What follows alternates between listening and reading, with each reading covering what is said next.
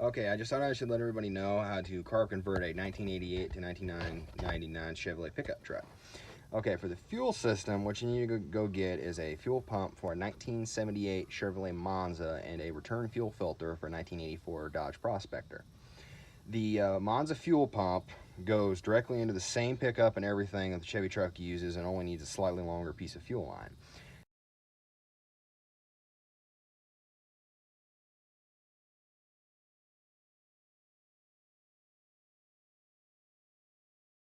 The filter for the 84 Dodge Prospector has a return line, so you still have your return line and everything for your fuel system. For carburetors, the thing that determines which carburetor you can use is really what transmission you have or which one you're willing to put into your truck.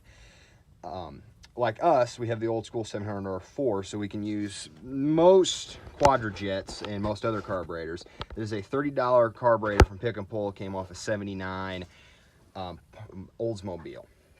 We used a kickdown stud from Edelbrock, and I'll give you the specific part number because I don't know off the top of my head.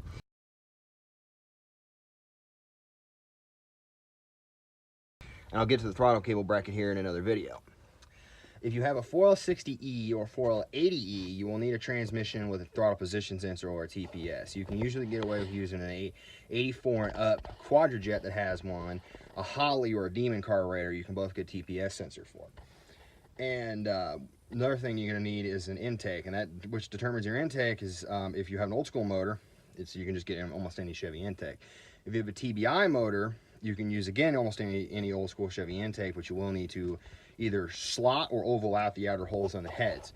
If you're like us and using a Vortec aero motor, this is actually a 1988 Chevrolet pickup truck. We put this motor in here. It was $400 off of Craigslist. We heard it run, and the guy even delivered it.